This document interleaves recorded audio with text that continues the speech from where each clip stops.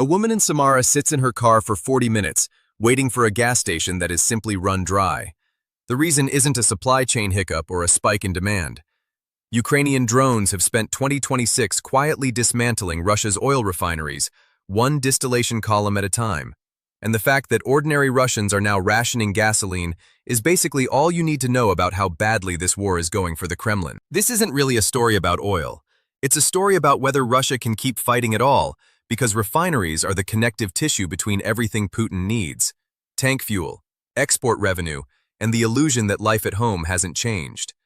Break that tissue, and you don't just dim a few gas stations, you strain the entire war machine from the inside.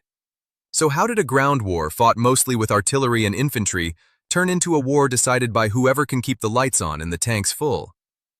The answer starts 2 years ago, with a drone program nobody took seriously. When Ukraine first started hitting Russian refineries back in 2022 and 2023, the strikes were rare and mostly symbolic. Ukraine was flying converted, short-range drones with crude guidance, hitting maybe one facility every few months and rarely doing lasting damage.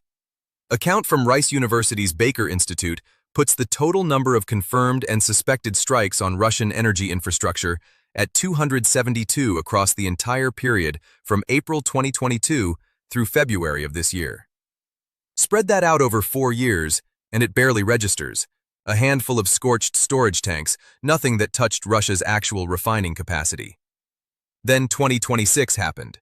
In just the first 6 months of this year, Ukraine has hit Russian refineries at least 194 times, an 11-fold jump over the same period in 2025, according to Polish analytical group Rokin Consulting. May alone brought a record 16 successful strikes in a single month. That's not an escalation, that's an entirely different war. Refineries that survived 4 years of sporadic harassment suddenly found themselves absorbing hits every few days, faster than Russian crews could even assess the damage, let alone repair it. Picture a boxer who spent 3 rounds barely getting jabbed, then walked into round 4 and took 15 clean hits before the bell. That's the shift Russia's refining sector went through in 6 months.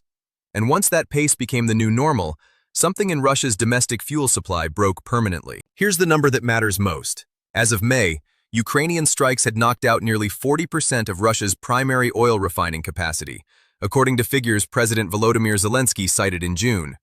Not damaged. Offline. 2 out of every 5 barrels Russia used to turn into gasoline and diesel simply aren't being processed anymore. That single fact is why more than 40 Russian regions, plus occupied Crimea, are now under some form of fuel rationing, and why gasoline in 10 of those regions costs more than it does in the United States. This is where the deeper shift comes in. Ukraine didn't get here through some new wonder weapon handed down by NATO. It got here by building an industrial base of its own.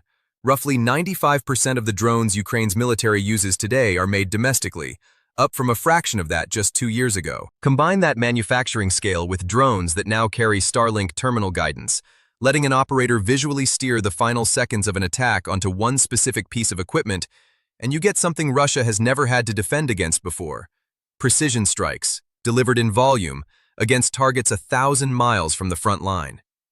Think about what that actually means. This isn't like blockading a port where ships can just sail around it. This is closer to a surgeon going organ by organ. Ukraine isn't setting oil tanks on fire for the cameras anymore.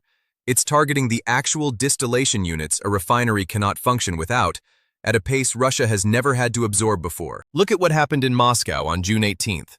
Ukraine launched its largest drone operation of the war so far, sending a mixed strike package at the Gazprom Neft refinery just 9 miles from the Kremlin.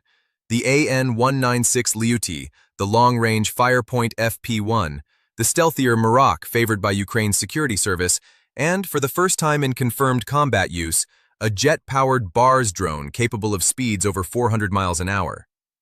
6 different drone families in one strike, mixed with decoys, hitting one target simultaneously. Russia's own Ministry of Defense claimed it shot down 555 drones that night. Even taking that number at face value, it means Moscow's air defenses spent an entire night firing everything they had at a single refinery and still couldn't stop the strike from landing. The FP-1 alone can fly between 800 and 1,200 miles, meaning Ukraine can now reach refineries in Siberia once considered untouchable by distance alone. For the heaviest jobs, Ukraine is increasingly turning to the Flamingo cruise missile, a domestically built weapon carrying a warhead of up to 2,500 pounds, roughly 25 times heavier than the payload on Ukraine's longest-range strike drones. In February, a Flamingo traveled more than 1,300 kilometers to seriously damage the Votkinsk missile plant, a distance roughly equivalent to flying from Houston to Jacksonville. George Barros, who directs open-source research at the Institute for the Study of War, has described the pattern bluntly. Ukraine can now launch hundreds of these long-range strikes on a near-daily basis, and each one does real damage the Kremlin cannot hide. And here's what makes this genuinely dangerous for Russia. These aren't cosmetic hits on storage tanks that get rebuilt in a few weeks. Ukraine is now precise enough to target the vacuum distillation columns at the heart of each refinery. The one component that, if destroyed, takes an entire facility offline for months, not days. Now, you might expect Russia to simply repair the damage and carry on, the way it always has. Russian crews have gotten fast at patching storage tanks and pipe runs, and some facilities have been hit 5 or 6 times while still limping along. But the distillation units Ukraine is now targeting rely on specialized components that Russia largely imported from Western manufacturers before 2022, and 4 years of sanctions have cut off the easy replacement pipeline. Rebuilding a vacuum distillation column isn't like welding a pipe. It can take months, and Moscow can't simply order the part from Germany anymore. So the Kremlin is stuck in a trap of its own making. To protect refineries, it has to pull air defense systems away from the front line, where they're needed against Ukrainian retaliation.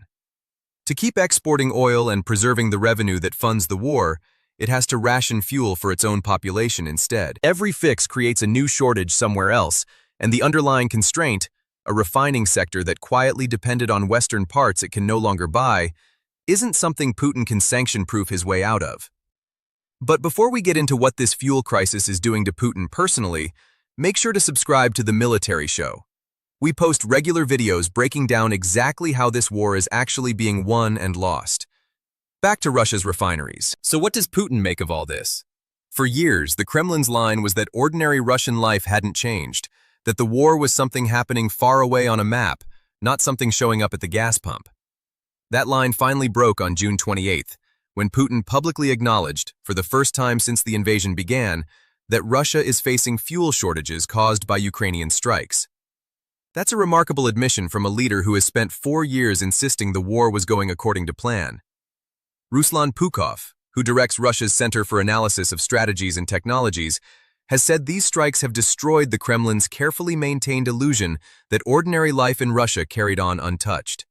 Meanwhile, on the other side of the front line, Ukraine's leadership is treating the refinery campaign as leverage rather than just damage. Zelensky has framed the strikes explicitly as a tool to push Moscow toward negotiations, while Defense Minister Mikhailo Fedorov has described the broader deep strike campaign, the same drones now cutting off Crimea's supply routes, as turning the peninsula into an island.